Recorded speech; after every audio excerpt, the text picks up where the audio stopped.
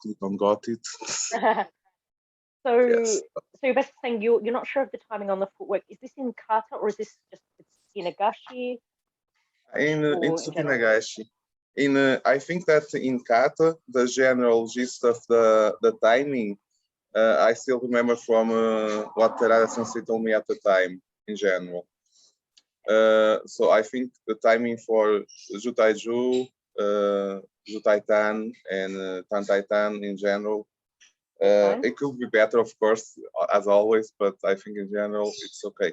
For Tsuki nagashi, though, I have some questions because, okay, normally we will start at a certain, okay, let me use that angle. So we start, okay, then we go with and so the fumikomi, and we should continue moving forward. Hi. And then, if I do it normal speed. Oh. That's okay. It's hard in shoes and on uneven ground.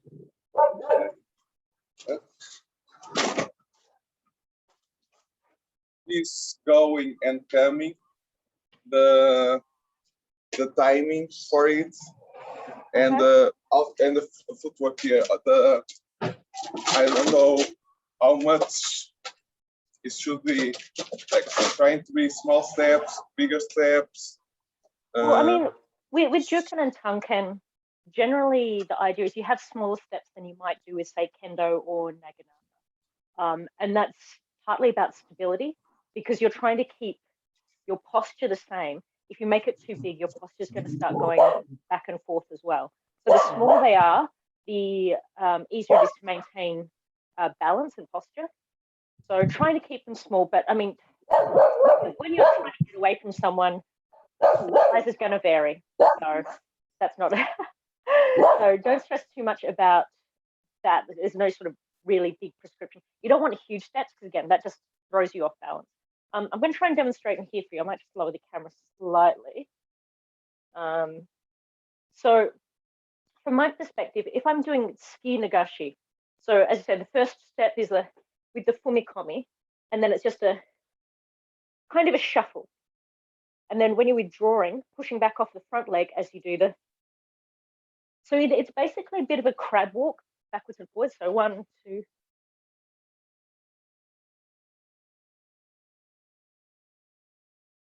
So the steps are a bit of like a gallop, a bit like a crab walk feel. So your feet don't cross, they just kind of come close and in and out, in and out, in and out. Because if you try and cross, you're just going to trip. So your footwork looked pretty good, to be honest. So, and then coming back.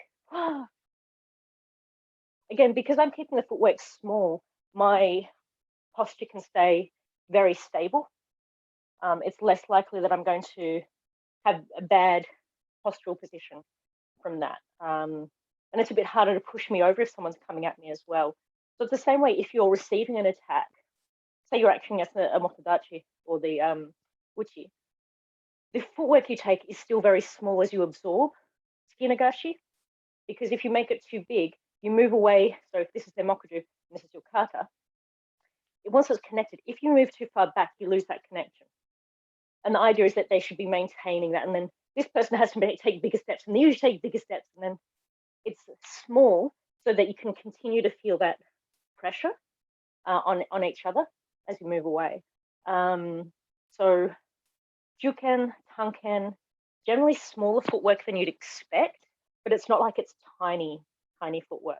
So don't feel that, I'm trying to see if I can come up with a good explanation on this. So for me, that's kind of half again, or half to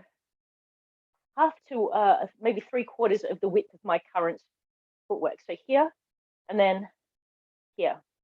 So you don't really want to go much wider than that. So you don't want them coming out that far. So it should, if you're doing naginata, so with okuriashi, kind of feeling that distance is pretty reasonable, because okuriashi, you don't really do a huge step. It just gives you enough time to get that foot back in as well. Again, the smaller the footwork, the easier it is to pull it right back under you to take off for a new step. So yeah, look, your footwork actually looks pretty good, to be honest. It's mostly a case of, I think, just we've all got those questions about, size and speed and style, but yeah, relatively small steps compared to some of the other arts. Try and keep them small, fast, and that'll really help you if you want to do tsuki nagashi. Small, quick steps, you can take someone by surprise because you can cover a lot of distance that way.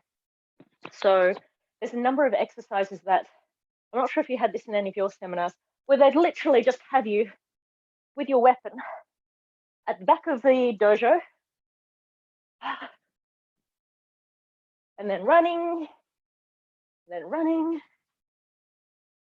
So literally just practicing that motion backwards and forwards until it becomes quite natural.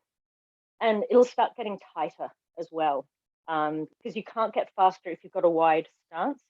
You can get faster as the footwork gets tighter and narrower as well. So literally good exercise. So if you want to pop down the mokuju, and this works for tanken as well, literally just starting in position, bend the knees to the end of your space, turn. So this works for both mokuju and tanken because you can just switch sides if you're not holding a weapon. So, and your dog is very happy out there, I can see. So literally, it's also a good way to warm up, to just work on that footwork.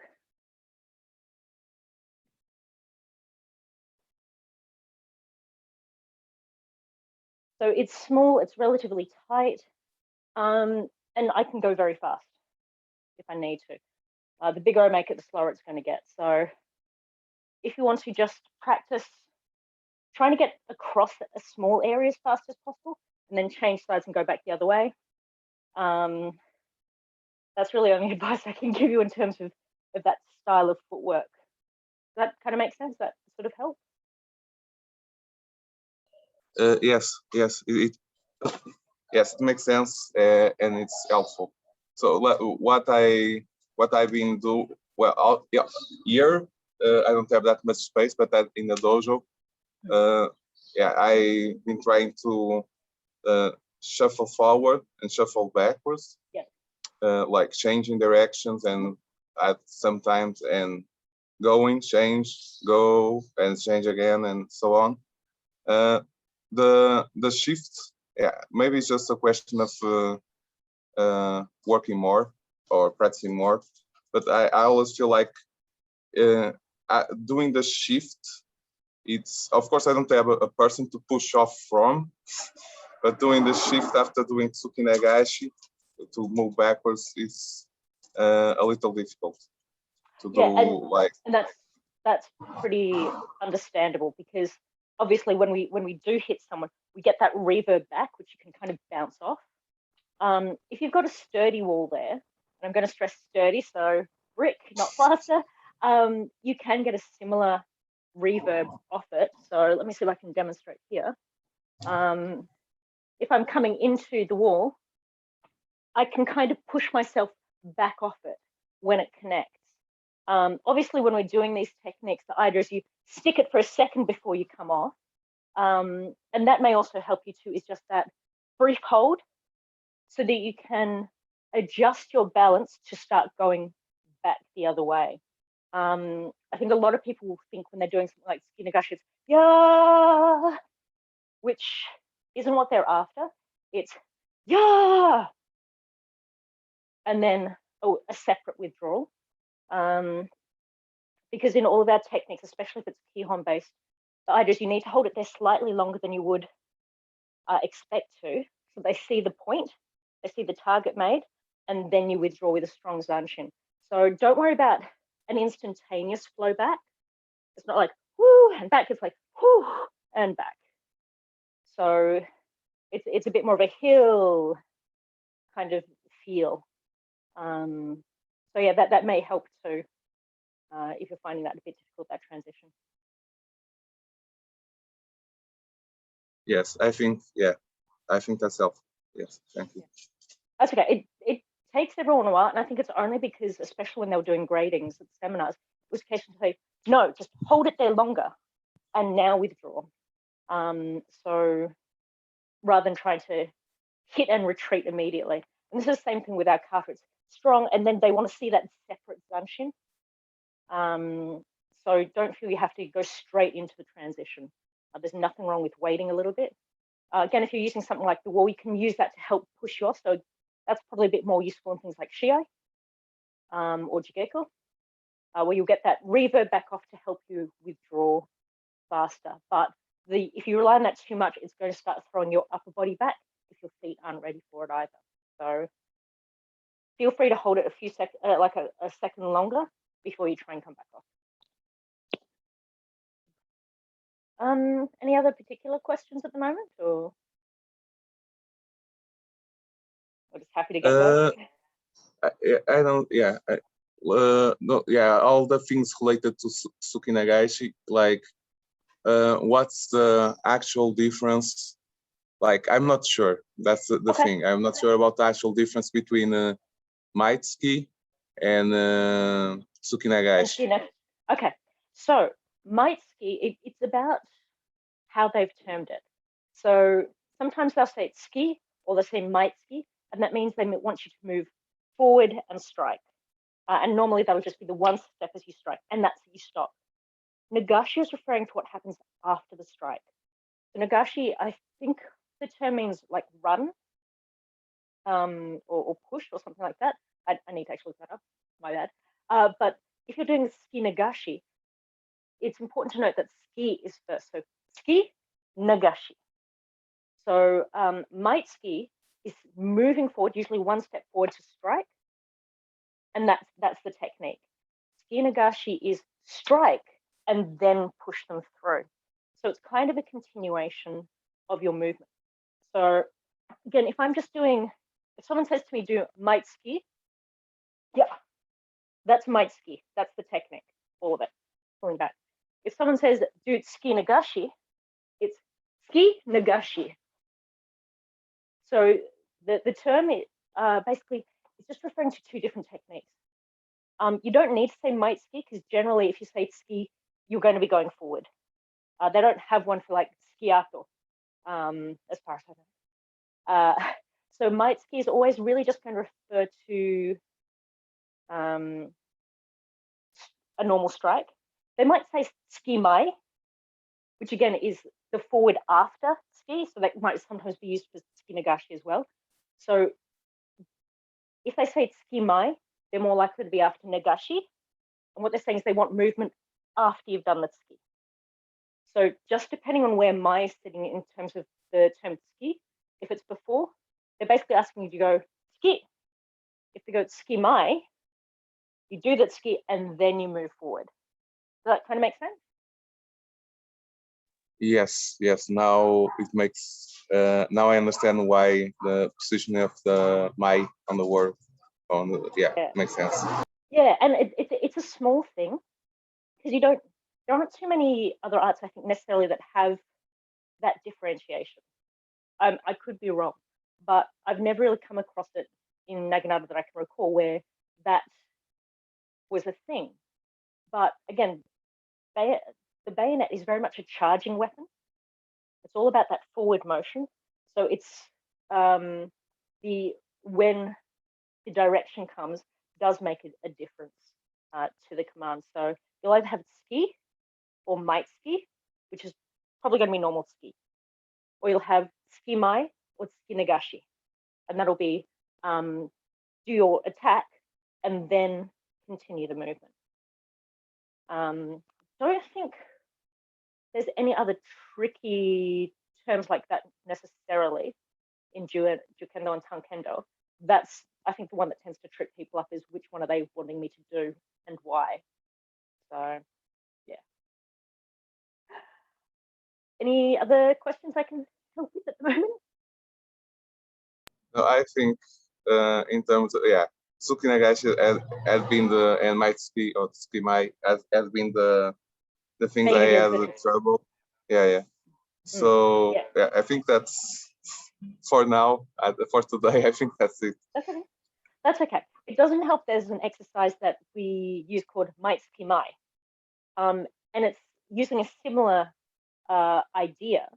So, and I mean, we've done this one a few times where it's basically we start in kamae, we go one step, so mai, ski, mai.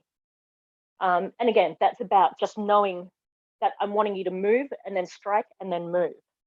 So might ski mai is literally move, strike, strike, and push. And the idea here is we're out of distance or we can see them moving backwards. We're coming in to make connection, and then we're just going to continue to make sure we've hit it by moving with them. So it's more of a pressure point than a full step. So it doesn't mean nagashi in this regard, though technically you could do it. You could do might ski nagashi, which should be a little bit different. So you'd have might ski nagashi, which is also useful as an exercise. But yeah, that's the main differences there. All right, so let's do a little bit of kihon because you're standing out there in the beautiful sunshine. Let's get the body moving. So just to start with a bit of a warm up. So we're just going to do might ski and return. So we're focusing on this staying horizontal, coming against the body, and a strong zanchin back. So that kind of 40%, 60% pull back. 40, 60. Ski. Yeah. Yeah. Yeah. Yeah. Yeah. Yeah. Yeah. Yeah. Yeah. Yeah. Yeah. Yeah.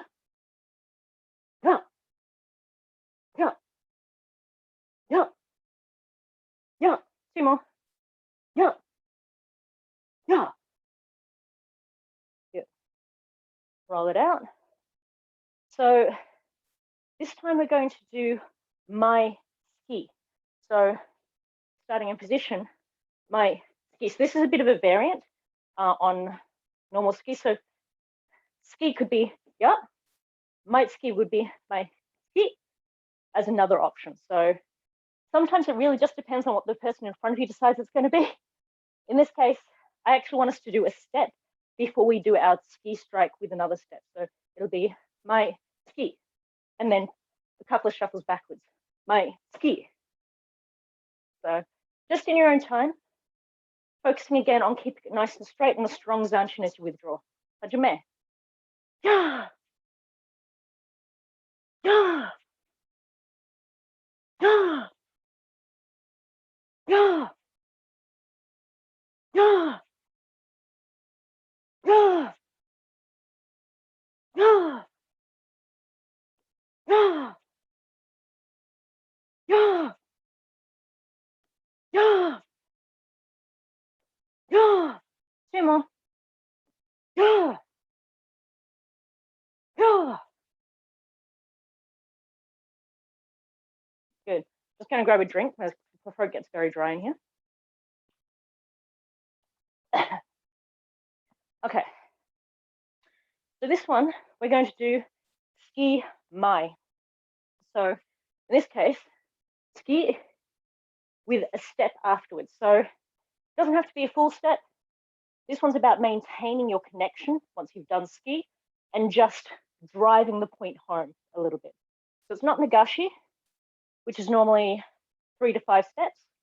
This is just one little extra push forward after you've connected to make sure that your kensen has struck the target and stayed there. So we come from kamae and we'll go ski, mai, and then return. Just again in your own time. Hajime. Yeah. Yeah. Yeah. Yeah. Yeah. Yeah. Yeah. Yeah. Yeah. Yeah. Yeah. Yeah. Yeah. Two more. Yeah. Yeah.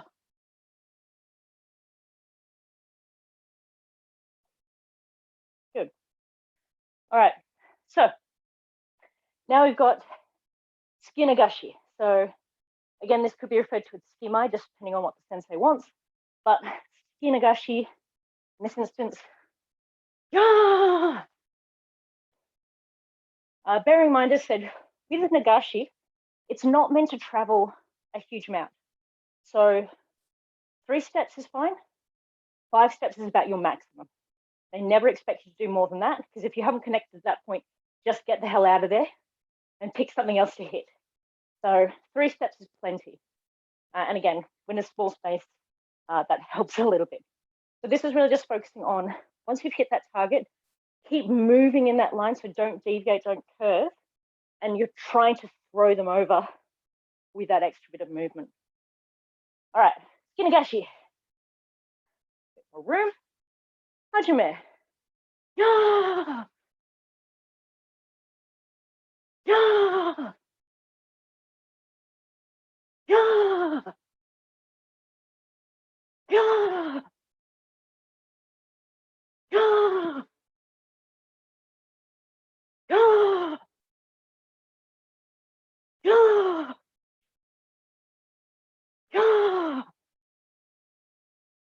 Yeah. Yeah. Yeah.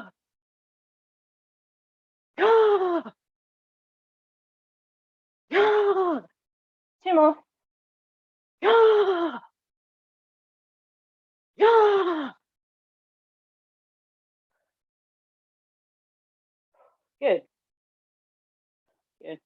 Roll it out. All right.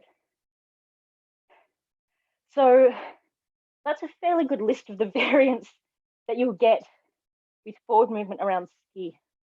Similarly, if they're asking you to do it with something like harai, so harai tsukimai is more likely to be nagashi in that instance. So harai tsuki and then push through for a few steps.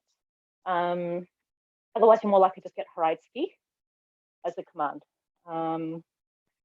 What else? Yeah, same thing with kote. So you can have kote tsuki nagashi or kote tsukimai, noro tsukimai. But again, I think the key thing is if you lose that connection, so either you've maybe not hit on target properly, or you're moving at a different pace to the uchi, or have you receiving it, it's still good to point at the closest target as a threat. So if you're doing skinodo, which is unlikely with Jukendo, but more likely with Tanken, if you lose that point, drop and threaten the next available or closest target point, really. So if it's Tankendo men, if you're doing nagashi, you basically drop straight to the nodo. You don't try and keep it there. Go straight here to the nagashi part of it. Because anyone who survived that, you just want to keep them a little bit at a distance. Did you have any questions on any of those ski techniques at all? Or anything else? So we can, for nodo, we can still push forward, right? Yeah. Okay. Yeah. Again, it's not something you want to do unless someone's quite competent, just because this is such a solid weapon. With the Tanken, it's not so bad, obviously, because it's smaller, it's not going to have quite a stride, but trying to do this on Nodo, you want to leave that until someone is very sure of hitting the target. You can practice it just kind of coming to the point without connecting and the uchi moving backwards to make space, but you obviously don't get that proprioception, that feedback from having that connection. So you can do it, just make sure that both the uchi and the shidachi are really comfortable with each other's skill level. And if you're the uchi, if you need to, just make sure you're retreating a little bit further away so that connection doesn't stay there. Yeah. Anything else, or those are pretty good at the moment? Yeah, I'm good. Okay. I'm good. Yeah.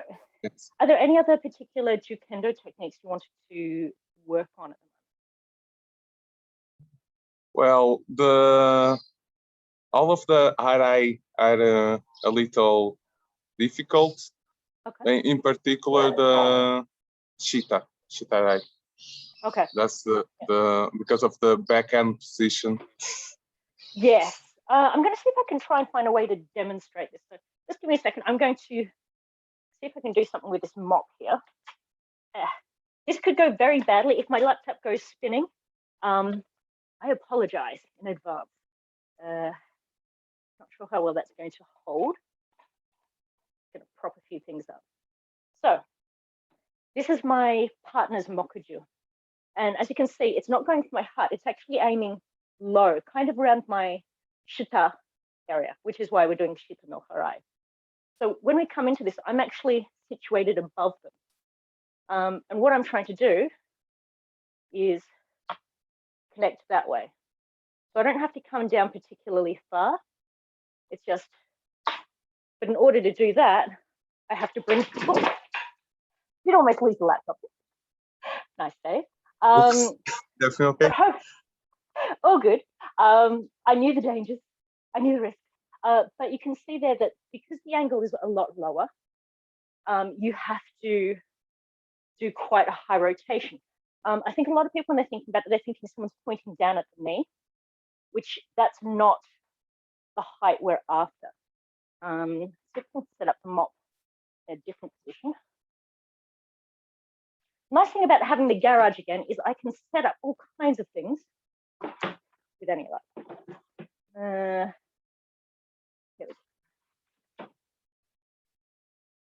So just give me a second while I find something I can lean that on. Perfect. Have a chair.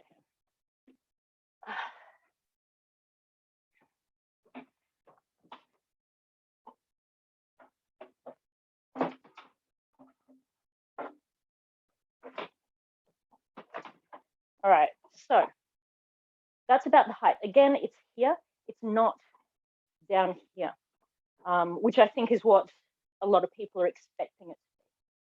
So again, if I'm here, what I'm trying to do is I'm trying to reach forward and connect that way. So I'm not trying to get down here, which is a little too low for this. The idea is that I'm trying to hit with about the top third as close to their kote as possible. So again, we think about this being the mokuju. The chair arm is only maybe that far off their kote. So it's, if I hit here, that's a pretty good distance. What I want to hit it with is about here. So again, that mono-itch distance. So if I'm from here, I'm bringing it more forward and across rather than down and up. So it's more about that length to connect. And I think that's where people get into trouble. So I want you to imagine that you've got a line going straight from your hip out to the wall, or whatever position it is, and I want you to reach out and through. So you're only going to just below your hip height with the kensen. So again, this is my hip height here. Oops. I really don't want it going more than maybe about that. So it's not down here, because that's not going to connect anything. It's about here. So it's just a small rotation to get to my hip height. So if we're coming from Chura, what I want to think is just move your body weight forward. So you're coming forward onto the front knee a little bit. Okay. And then I just want you to, so roll the mokuju over and extend the front arm out as far as possible. So if I'm standing up here, again, I've got quite a high arm position. My fist, or this fist, is probably around the base of my ribs and no lower. So if you take your mokuju here, just hold it out, you just want this left hand to kind of be about the height of the base of your ribs. Okay, and then you can rotate up the mokuju from there.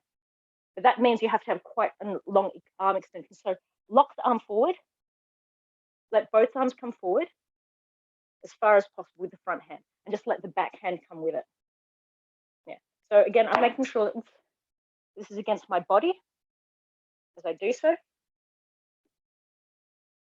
So if I bring it down to my hip, so now everything comes forward and then back and forward and back. Good. That's a much better height that you've got there for the mokuju, so it's not going down too low.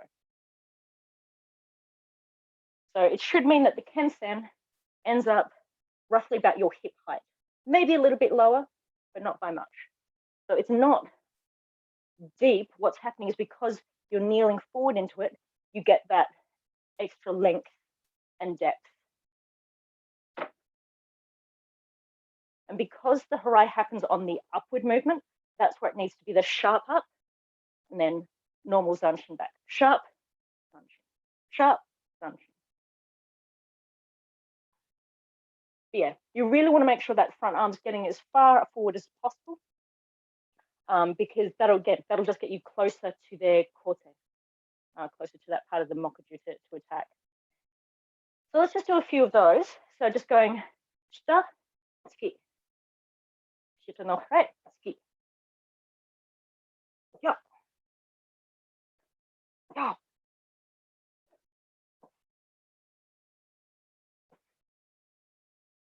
ya, ya, ya, ya,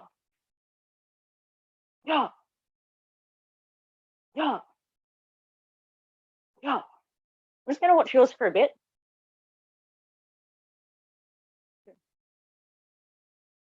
Yeah. That's looking nice. That's looking good. How does that feel to you? Any better? Or make a little bit more sense? Yes, yes.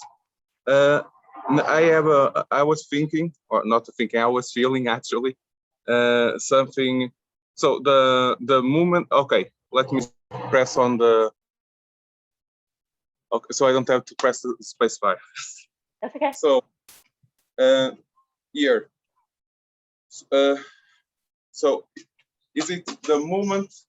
So I was doing something like this before, yeah, but it should be something more like this, from what I understood. You don't want it to come, you don't want it to roll out because you're just as likely to hit yourself in the face with the butt of the rifle. So for me, it's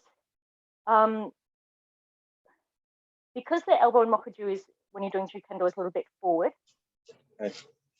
I kind of think of it as bringing more the elbow in and back. So from here and back. So yeah, it shouldn't be a huge rotation. I'm still trying to keep it very close into the body. So I don't want it coming out and around.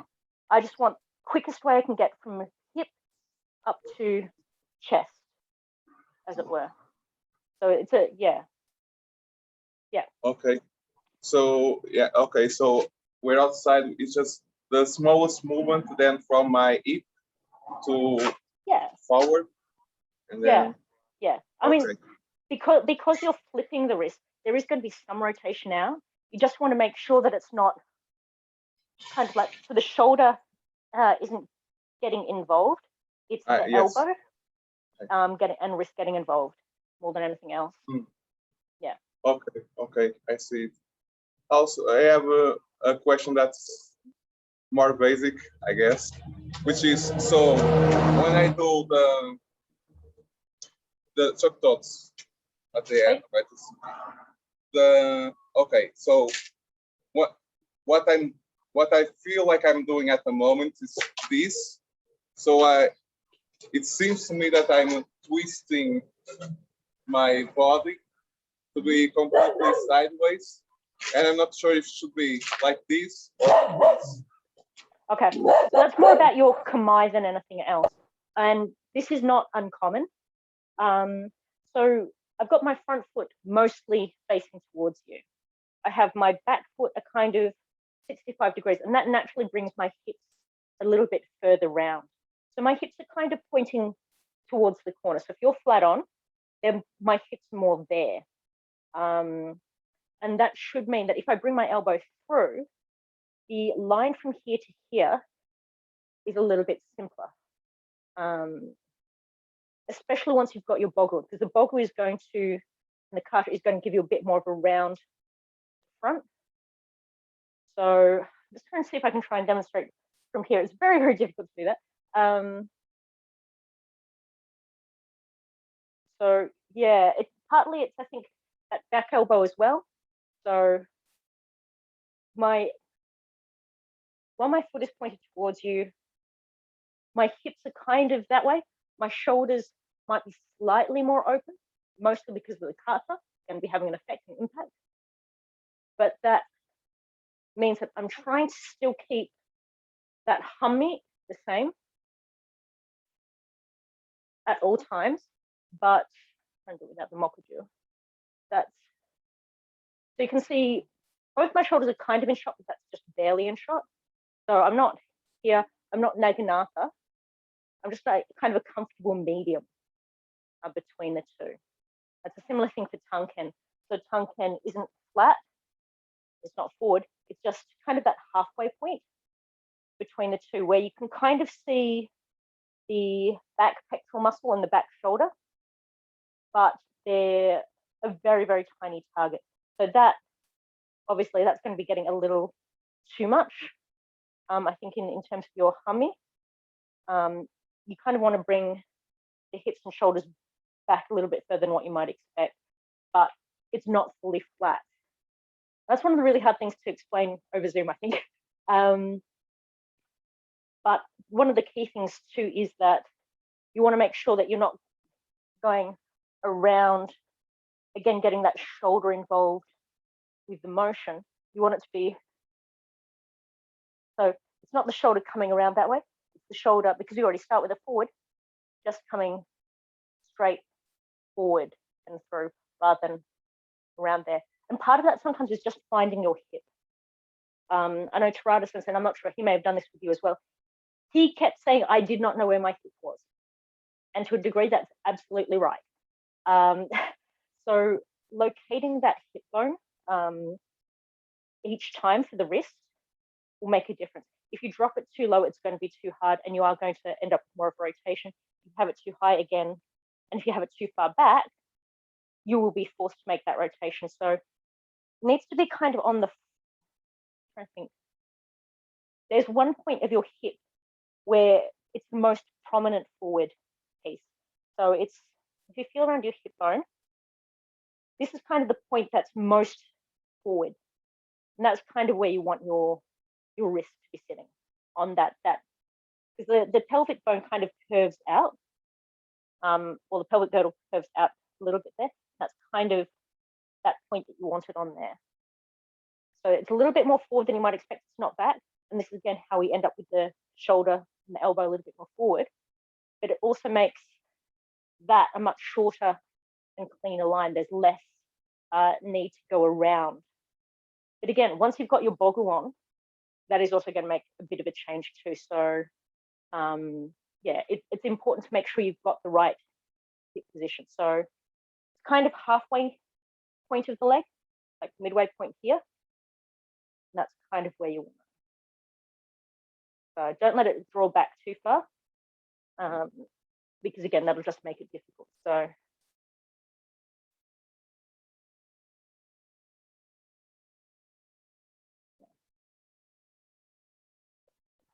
give you some better lighting for that. So you can see my line is pretty straight from there. Again, depending on your body shape, this is going to change. Obviously, if you're female, you already have to deal with a couple of impediments. So once you get the boggle on, it feels pretty natural.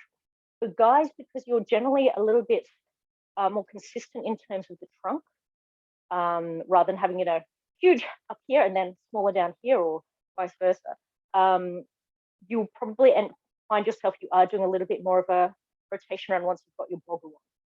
A lot of the boggle has that curvature that you're not used to. So yeah, so it was a bit rambly, but yeah, finding that hip bone, finding the curve at the front for your hip, for your wrist, and just making sure you're coming back to that as much as possible. So yeah, yeah. So it's kind of the front, the meaty part of the thumb here, that's on that point. Yeah. Yeah.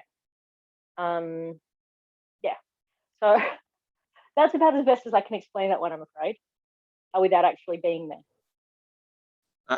Yeah, it's helpful to, but so I also know my main doubt was also how to, because when I'm doing the shock thoughts, what I'm feeling, and also saw, because I was filming me the other day, and then I was watching, and I noticed that I tend to do this, like rotation of the body instead of, yeah. So I was wondering what was the best way, but yeah, as you were explaining, I saw that you don't move your shoulders or your hips, just from here straight.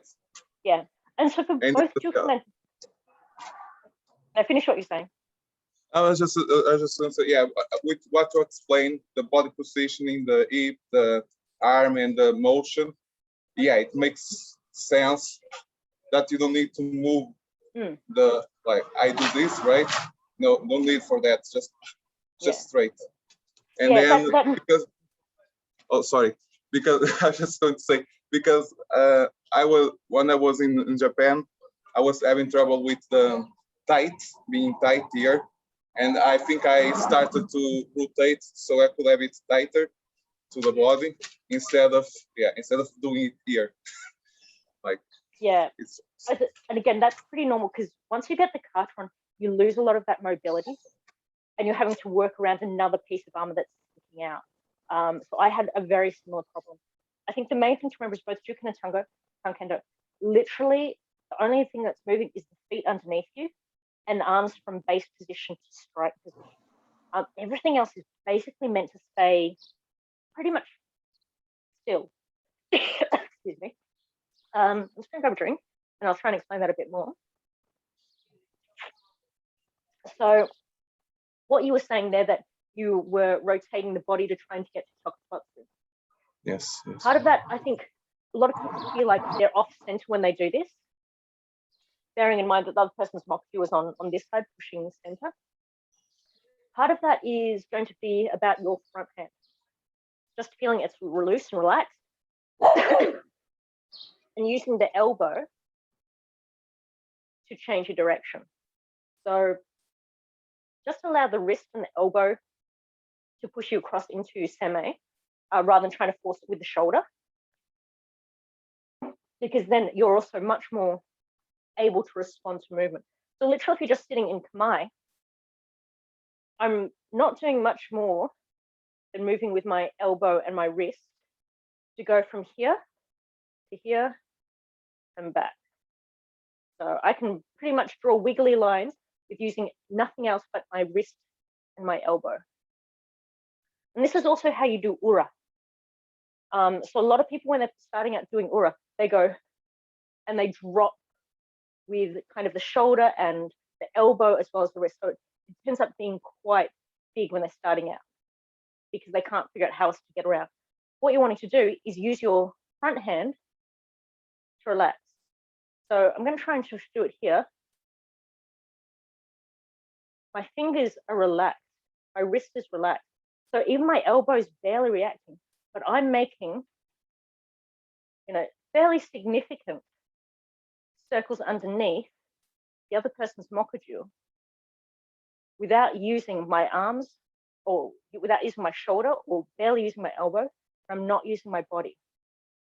And so if I'm doing ura, it can be quite small and quick, because it's all about that wrist movement. So have that relaxed, and you'll get used to being able to push seme a bit more with it. Again, like naginata or kendo, you get used to holding the seme, but this is a really chilled out position. So you do want it kind of over there. You want to see that little bit, that little pocket in here. And that,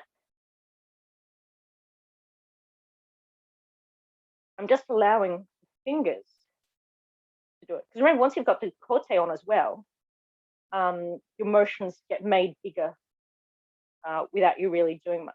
So it's mostly just, even just my knuckles, rolling and relaxing. Roll, a little bit of the wrist, rotating it around and underneath.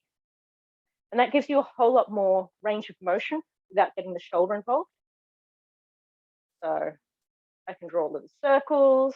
I mean, even literally just practice, try and write your name in the air, like doing the signature, just with that front hand, without moving the rest of it. And then when you come to actually doing this here, so if I'm in my position here, what you want to think about is not pushing out with that shoulder so that that rotates. What you really want is this shoulder to come over, so that elbow to come over. And just by doing that, it actually brings it across the body. So from here, my upper body basically stays where it is. It's literally just this elbow and shoulder. So from here, rotate, in, rotate. Cupping the mokuju, so you've got that little bend, rotate. And just practice that even without the mokuju, until you get used to the fact that you're not using the rest of your body to get that movement. In and over, in and over. So do it in front of a mirror, do it in front of the camera. And after a while, you'll just get used to the fact that that is the only thing that's happening with your upper body. I mean, you'll have the backhand moving forward, but this is the one that's generating that rotation because we think we need to come over their weapon. That helpful? I'll try. Yeah, my dog is barking. That's okay. So yeah. So it's making more sense now because if I just think about doing this, then I don't really need to move the body to do the strike. Yeah. Of course, I need to move the legs, of course, like the legs put the power into the strike, but upper body just says like it was a pillar supporting the strike.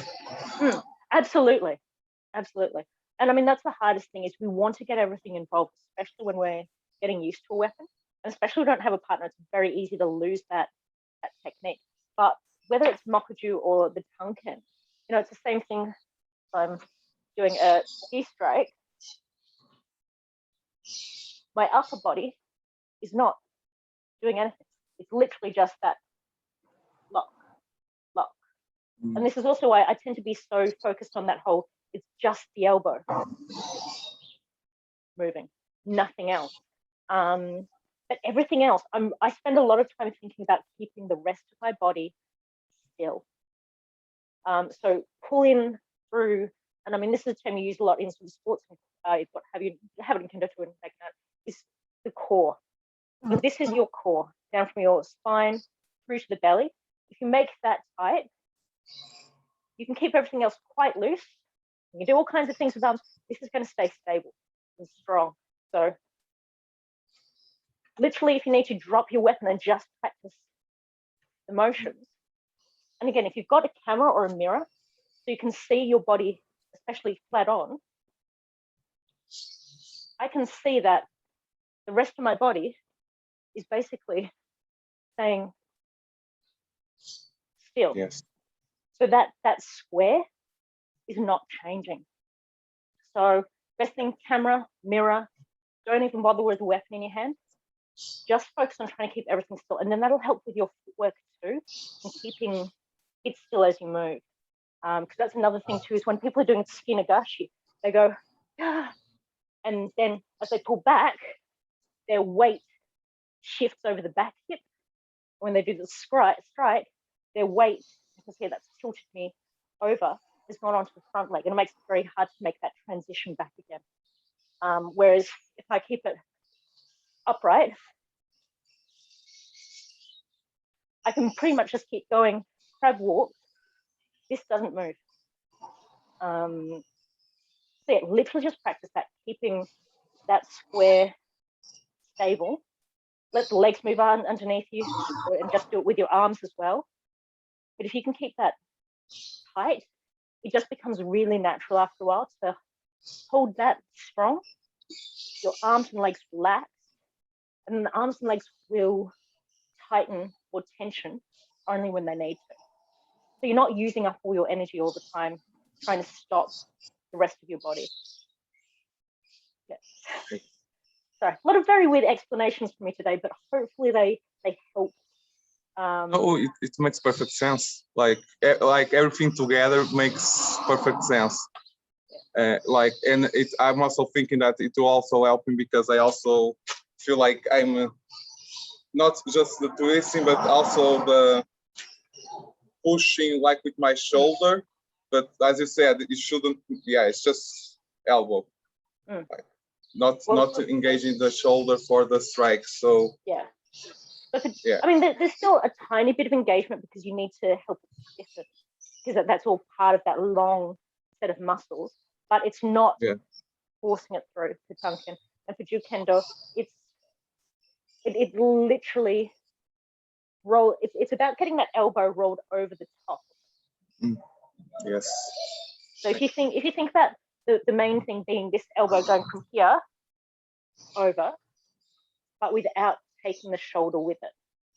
So the shoulder ends up with a tiny bit of rotation, but if I hold that here, it's not moving a great deal.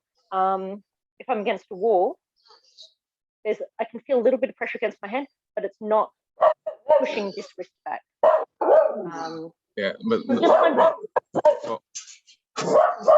Sorry. That's okay. Don't worry. So yeah, I think part of it is just learning to identify where you can most efficiently get your technique from without engaging more muscles or more joints than you need.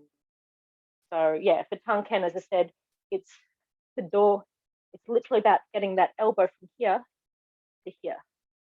So that's the key motivator there. When you're doing it for men, obviously, again, it's shoulder, elbow, and wrist is the extension there. If you're doing Nodo, it's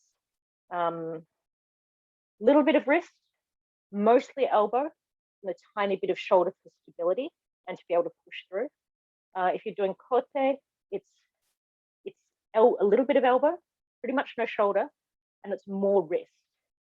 So it's more like a little whip so that you don't end up hurting person with the Kote. Mokuju, because it's all pretty much strike that way, it's very much about rotating through the shoulder to get a bigger rotation in the elbow to get a final rotation in that wrist. So all of that goes from this position here, 180 degrees almost. So you can literally just practice that rotation movement. Trying to think again, if I had just something sitting out, I'll lower this a bit. For a new weird exercise. If you just had that here, so don't even move the mokuju. Just let your hands slide. So you could do this with pretty much anything. So from here, it's cupping underneath, and then it's just rotating over the top. Or if I wanted to hold it here, just go from here. So I'm not worrying about the fact it's moving past the tape. Normally the mokuju would move with me. But I want to take it from underneath the weapon to over the top.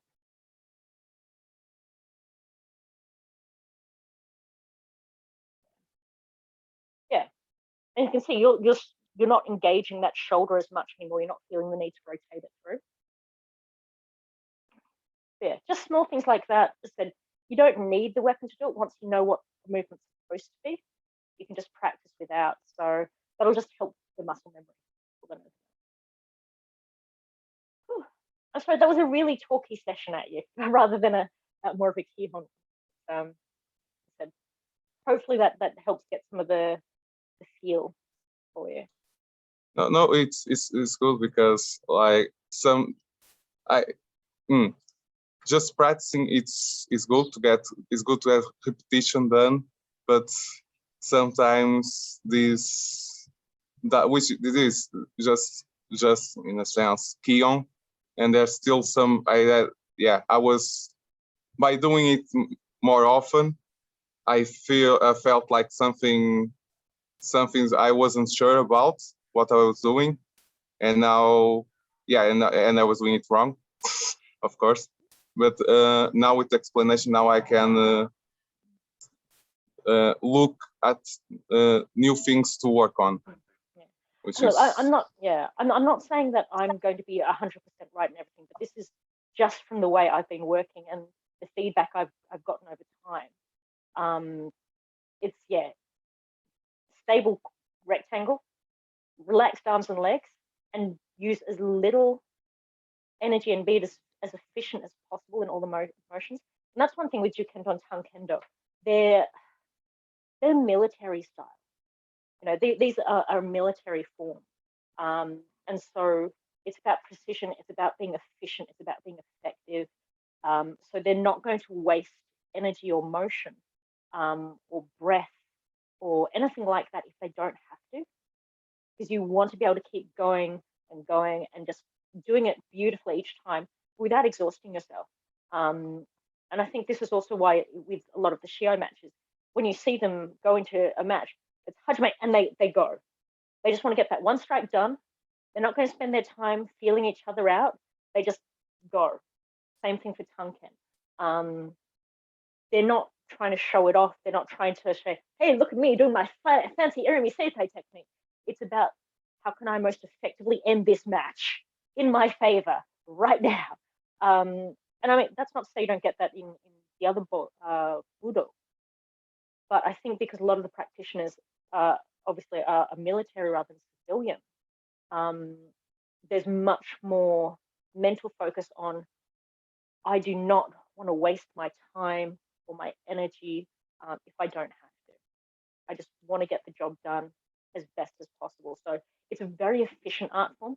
So if you ever have an idea or a query about something, I tend to find thinking about how can I do this with as little effort as possible and as little energy as possible. So put in as little as I can to get the most effect.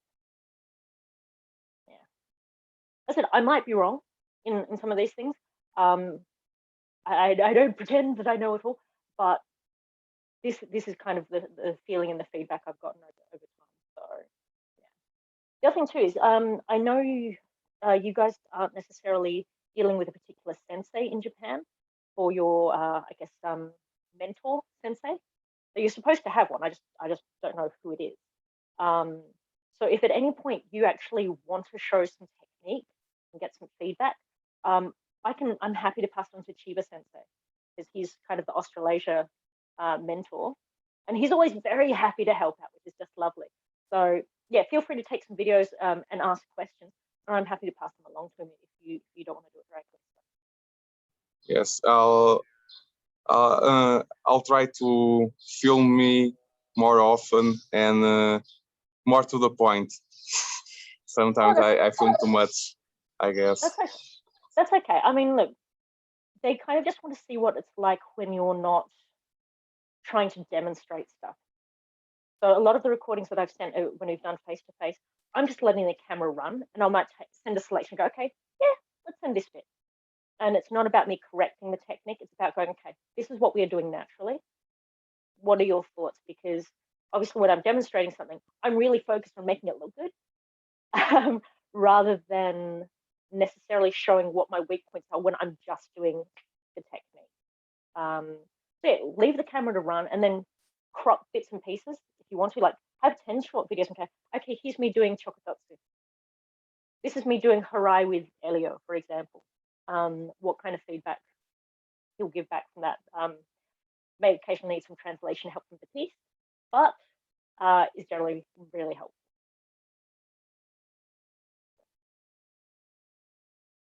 Yeah, I need to do that. Yes, we I need still. to do some more of it too.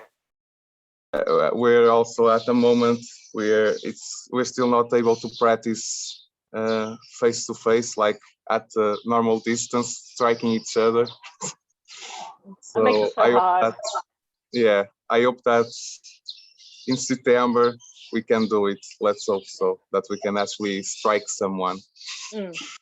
I miss it too, believe me. But you know, something like that with the mop when I was doing Shita, it's a really useful way to visualize and just test out that technique. Obviously, it doesn't work for a lot of things, but it can be pretty good for harai if you've got it well balanced. But it's just setting up something that may not be perfect, but gives you some kind of target structure, I guess, and doesn't throw your laptop onto the ground if you do it. Yeah, I feel like, like I have some Uchikomi for Kendo and Naginata, but I think that for Jukendo, because it's and Tankendo, because you're thrusting forward, it's much more difficult. Yeah, it really is. The best thing. Oh, sorry, you've gone on to mute, Eduardo. Sorry. I got the notification of that. Yeah. So I was saying, like, because of the thrusting and going forward, it's much more difficult to have a target that you can. The Terada Sensei at the Makiwara there with the spring. That's nice. But I don't know how to do it. I should try it, I guess, because like eating the ball, it doesn't have a spring, so it's just everything goes back into your body, and I'm not sure that my body is good enough for that. One of the things I've used occasionally, and I've actually got it right here, is punching bag, a boxing punching bag on the long stand. So I can set it up at kind of kata height and men height. And yeah, it's not great, but in a way, because it's a bit of a moving target, it's actually not bad to practice against. You still get that kind of feel. You can push it back a little bit, like tsuki nagashi, or even just normal tsuki, to get some level of feedback, even if it's not perfect. So a standing punching bag, I've actually found really kind of useful for some techniques. Either that or just put some big pad of something on a strong wall, tape it there, and just hit it. Some rubber, some foam. Like if you've got a big few pieces of foam and covered it with material and taped it to a wall, you should get a nice little bit of feedback, if nothing else. Even if you can't do like nagashi. Yeah, I think I can try it with a boxing bag and a punching bag like that one. Maybe a boxing bag I already have. A punching bag like that one I don't, but I guess it will be a nice thing to have. The wall, I have something on my wall with foam and with wood, so I can support it. Okay. But yeah, I to do like Naginata Tsuki and Kendo with the shinai, it's okay. Because the shinai flexes and Naginata also flexes, but with the Mokuju, I feel like it's a little too hard on my elbows and wrists. I mean, I'll try and demonstrate with this. Oh, I haven't actually set it up for this for a while, but if this is kind of my Mokuju height, I have enough room here. There we go, it's still in frame. So,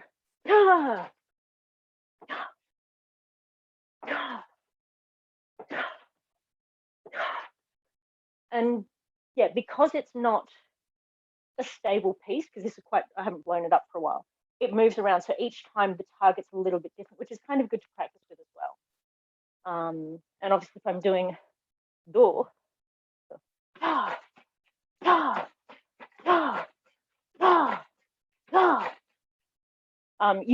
you'll get some nice feedback from it. So yeah, something like that works pretty well. All right. Well, I should let you go because I guess it's the start of your normal day. It's the end of mine. But yeah, I'll offer another session for this weekend. So you lot can tell me if there's anything particular you want to focus on. We'll go from there. Okay, I'll think about it for the weekend. All right. Okay. I think harai is something. Well, all of harai, like application of harai. Also, Okay. it's Yeah. a thing. I'll see It's if I can come up with. everything. Yeah, Sorry. harai is one of those ones where you really do miss out by not having someone to practice with. And you know, there's only so many kind of dummy setups you can make, but none of them are hugely effective, I guess, is the big problem. A lot of it is you really have to just mentally see the weapons and see the target, but part of that's also knowing exactly what it is that you're after. All right, well, I'm going to stop the recording now. Okay.